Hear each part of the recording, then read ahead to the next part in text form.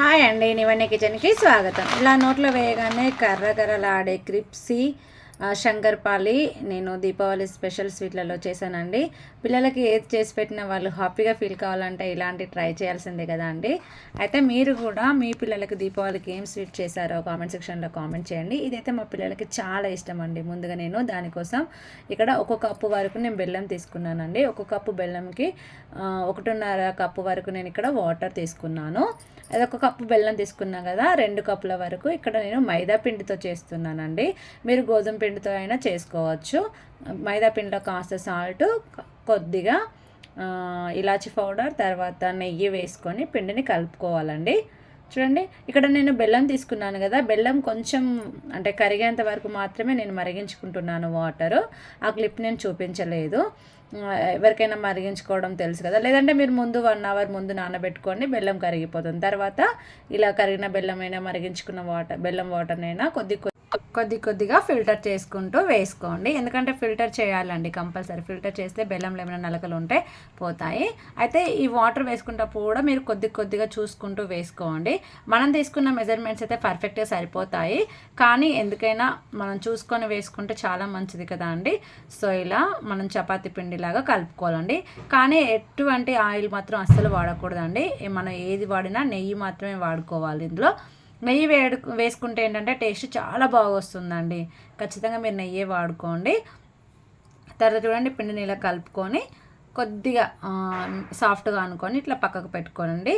తర్వాత మీరు చపాతీ పీట పైన అయినా సరే, లేదా మీరు ఏదైనా సరే తీసుకున్నప్పుడు చూడండి, ఇలా కొద్దిగా పిండి తీసుకొని దాన్ని చూపిస్తున్నట్టుగా రోల్ చేసుకోండి. ఫస్ట్ కొంచెం ప్రెస్ చేసుకోండి. మనం ప్రెస్ చేసుకుంటే కూడా సరిపోతుంది, కానీ కొద్దిగా ఫాస్ట్గా కావాలనుకున్నప్పుడు ఇలా రోల్ చేసుకోండి. రోల్ చేసుకున్న తర్వాత ఈ రోలింగ్ అనేది బాగా పలచగా ఉండకూడదు, అలాగని బాగా మందంగా ఉండకూడదండి. చూడండి, ఇప్పుడు నేను మీకు చూపిస్తా. ఇలా ఉంటే సరిపోతుందండి. మనం మొత్తం ఇలా చూడండి, ఇలా ఉండాలి అండి.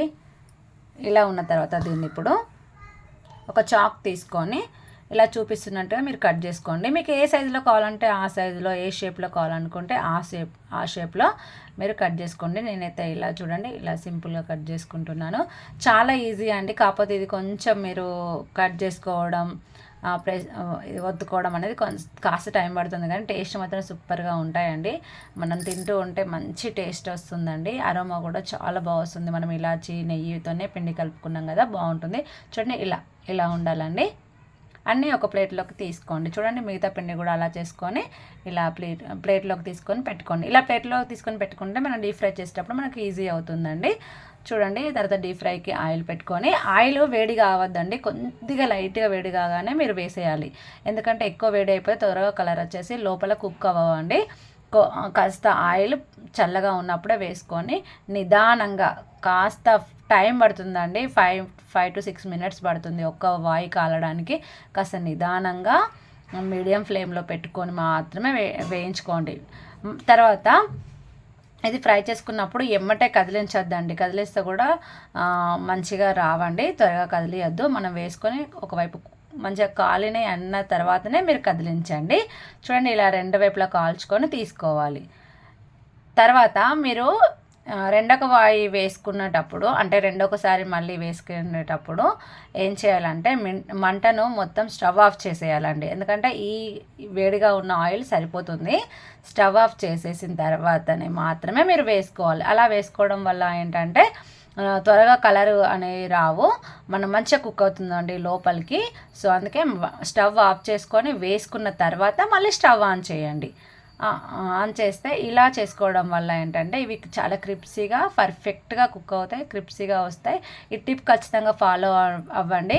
మీరు ఎన్ని ఆయిల్ వేసి కాల్చుకున్నా కానీ మంట లో ఫ్లేమ్లో పెట్టుకొని మాత్రమే వేసుకోవాలి. ఈ టిప్ ఫాలో అవుతే కనుక శంకర్పాలి చాలా టేస్ట్గా వస్తుంది. వీడియో నచ్చితే like, share, subscribe. Nivanya kitchen friends. ఇలాగే మీరు సబ్స్క్రైబ్ చేసుకుంటే ముందుగా వీడియోస్ అనేవి మీకు నోటిఫికేషన్ వస్తుందండి. ఇలాంటి మంచి వీడియోస్ చూడాలనుకుంటే ఖచ్చితంగా ఛానల్ సబ్స్క్రైబ్ చేసుకొని చూడండి ఫ్రెండ్స్. Bye friends.